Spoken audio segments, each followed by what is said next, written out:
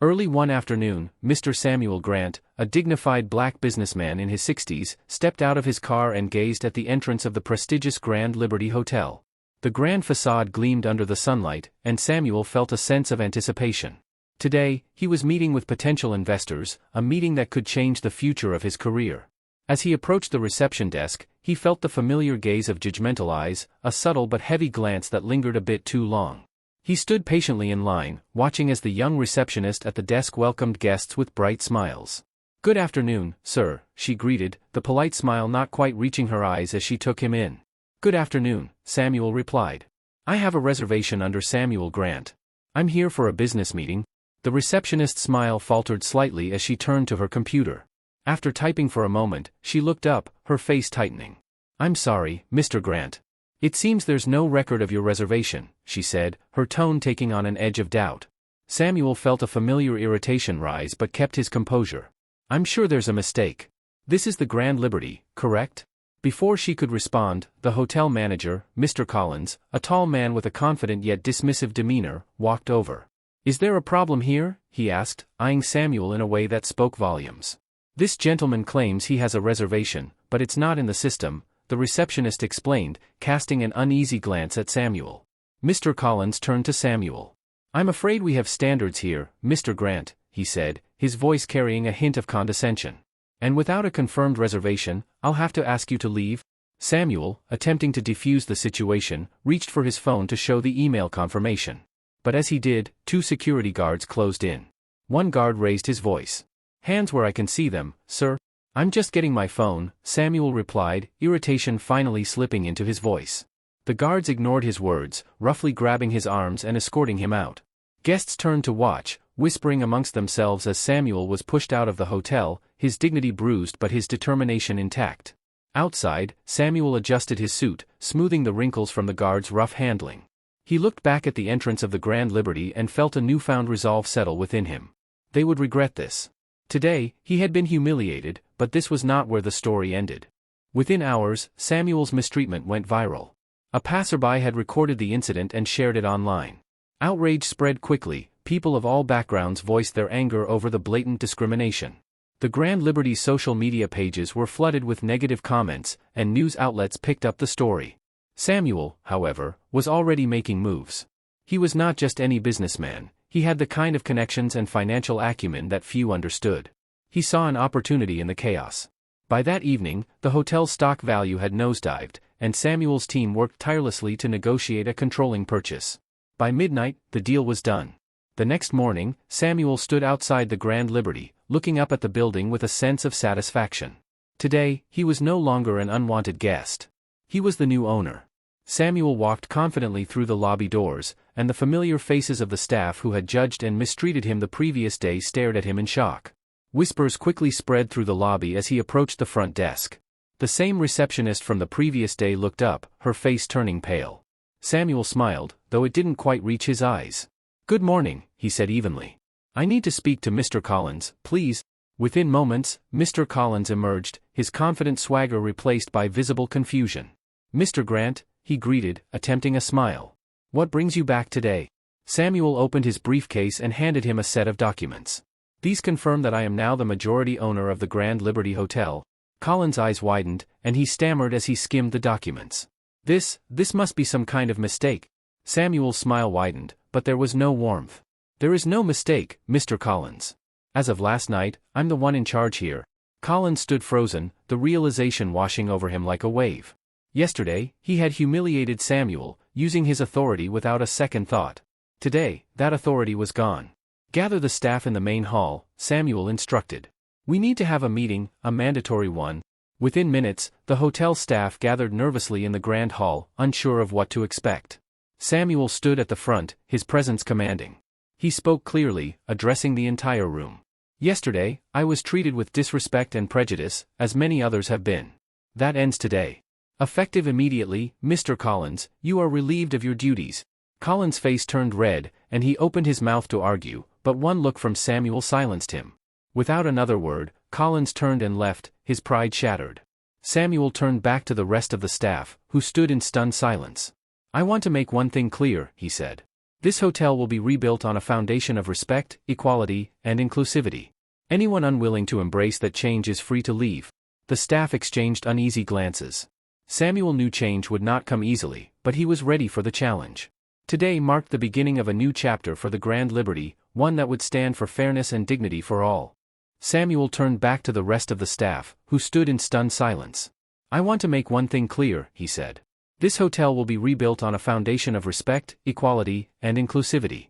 Anyone unwilling to embrace that change is free to leave." The staff exchanged uneasy glances. Many of them had worked at the Grand Liberty for years, some for decades. The culture had always been one of privilege and exclusivity, where only certain people were seen as worthy of respect. Samuel was determined to change that. "We will be instituting new training programs," Samuel continued. "Cultural sensitivity, equality, respect, these are not just words. They are principles by which we will operate, and anyone who cannot meet those standards will no longer have a place here." Samuel's words were met with a mix of emotions. Some staff nodded, accepting the challenge, while others looked defiant. Samuel knew change would not come easily, but he was ready for the resistance. Over the next few weeks, Samuel made sweeping changes.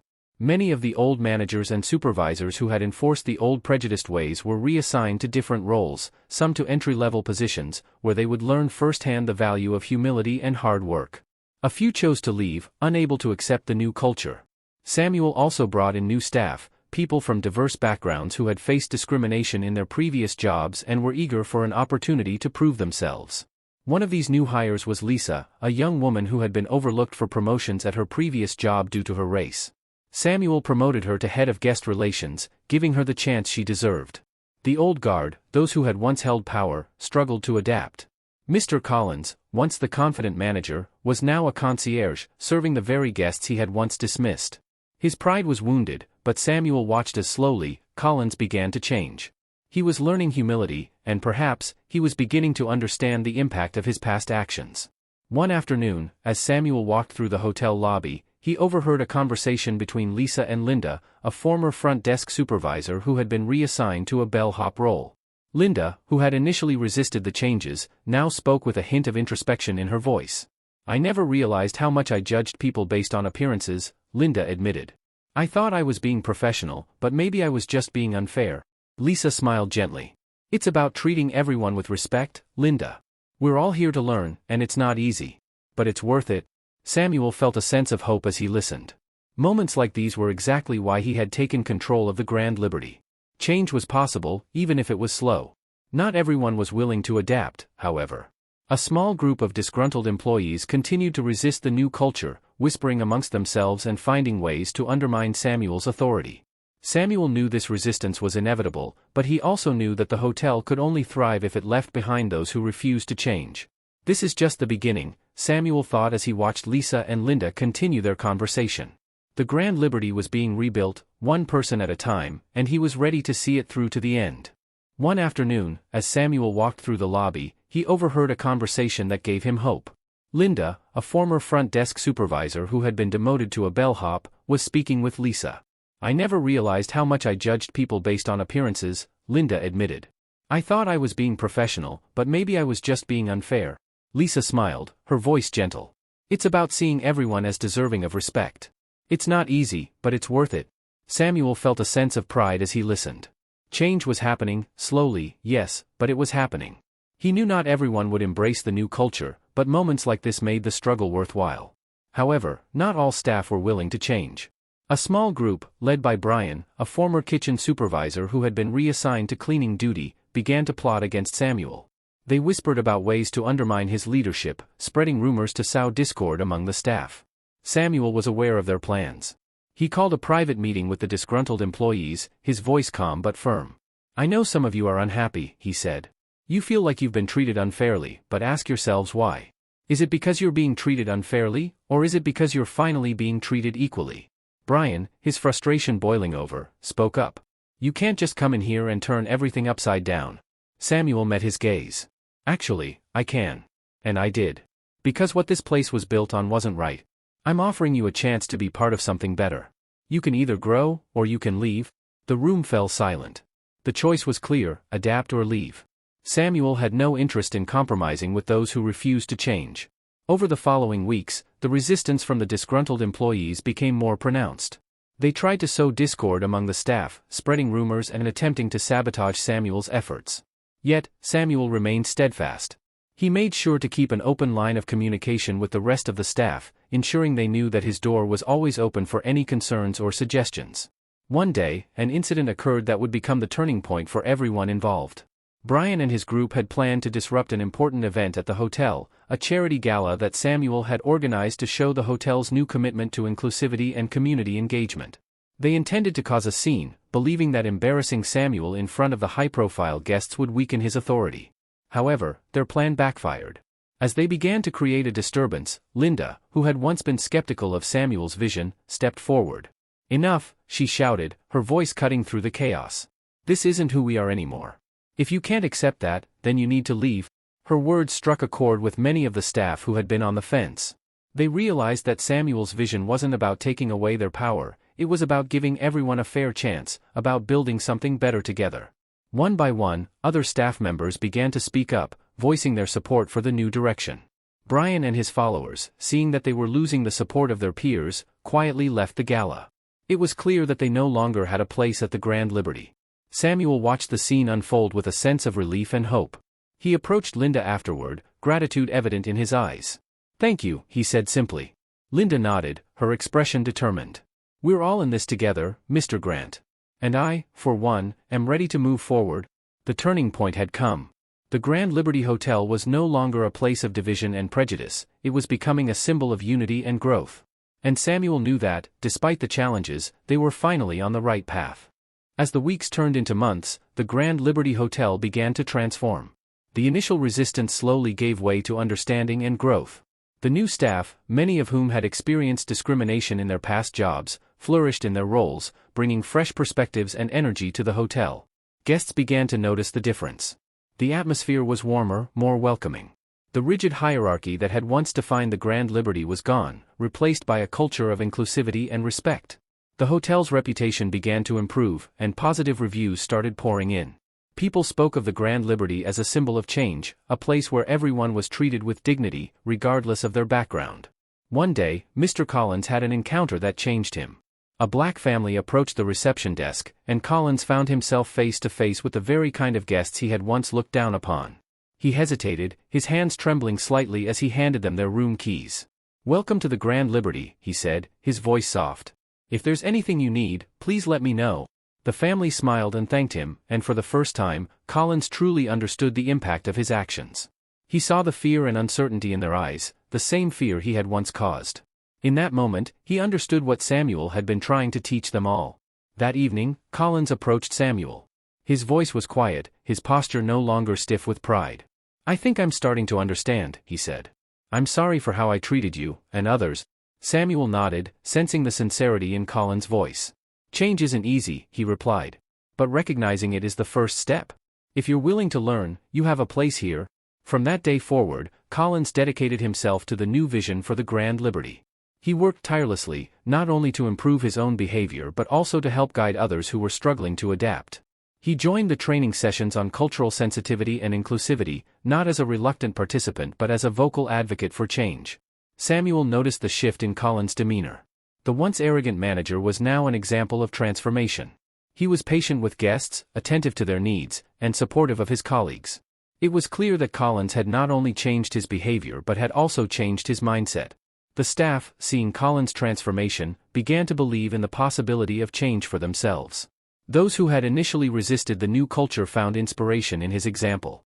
The Grand Liberty became more than just a hotel, it became a community where everyone, from the bellhops to the managers, worked together with a shared purpose.